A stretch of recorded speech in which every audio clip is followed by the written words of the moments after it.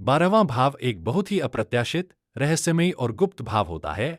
12वें भाव से ज्योतिष में खर्चे, बंधन, नशा, नींद, वासना, विदेश यात्रा, इन्वेस्टमेंट, मोक्ष इत्यादि देखा जाता है। रामायण में रावण ने अपने भाई इंद्रजीत की कुंडली में अन्य ग्रहों के साथ शनि को भी 11वें भाव में कैद किया था। शनि चुपचाप सरक कर 12वें में आ गए थे। तब कुपित होकर रावण ने शनि देव की टांग पर आघात किया था। इसी प्रकार जिसकी कुंडली में शनि 12वें भाव में होता है तो जातक के शरीर पर घात या आघात देता है। ऐसे जातक के शरीर में कुछ कमी होती है, या फिर कुछ आघात हुआ होता है, या फिर जातक को इंटरनली कुछ ऑर्गन इत्यादि की तकलीफ होती है।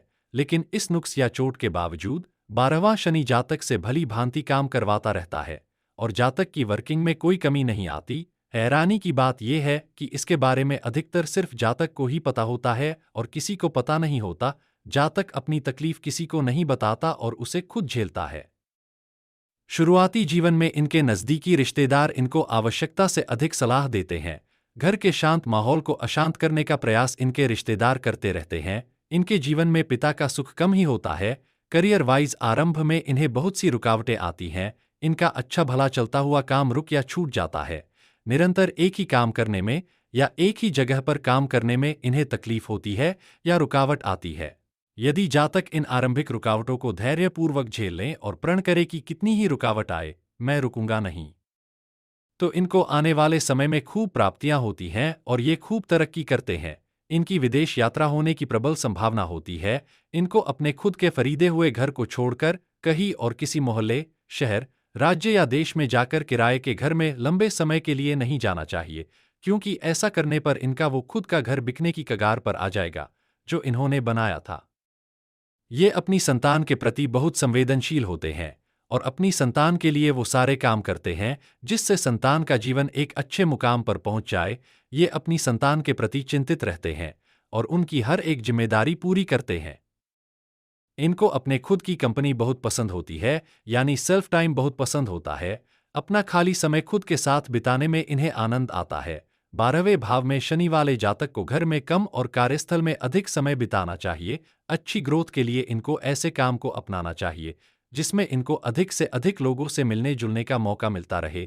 जितने अधिक लोगों से ये मिलेंगे उतना ही ये अपने प्रोफेशन में आगे बढ़ेंगे। इनकी एक और खासियत ये होती है कि ऐसे जातक चुपचाप बैठकर किसी भी सिचुएशन को या किसी भी व्यक्ति को ऑब्जर्व कर सकते हैं।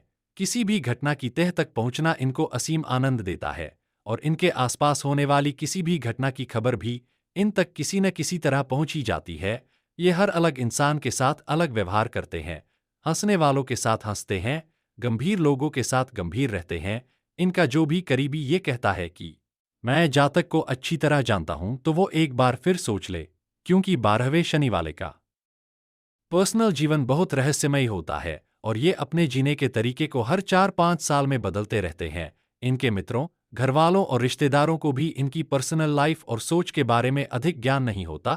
12वें भाव में शनि वाले जातकों को ये चेतावनी दी जाती है कि इनको किसी भी तरह के अनैतिक और गैर कानूनी कार्यों से दूर रहना चाहिए और भूलकर भी किसी भी तरह की लिखित गारंटी, जमानत या सिक्योरिटी नहीं देनी चाहिए। किसी भी तरह की धोखेबाजी और धोखेबाज व्यक्तियों के चक्कर में नहीं फंसना चाहिए। इससे इनको अपयश मिलेगा और वर्स्ट केसेस में थाने के चक्कर काटने पड़ेंगे या फिर जेल की हवा खानी पड़ेगी। इनको दुनिया के सामने खुद को साबित करके नहीं दिखाना चाहिए कि मैं भी कुछ हूं, बल्कि शांत और विनीत होकर जैसा चल रहा है वैसा सीधा सादा जीवन जीना चाहिए। जब भी मौका मिले तब निर्बल जीवों और मनुष्यों की निस्वार्थ सेवा करनी चाहिए। जय शनिदेव, जय महाकाल।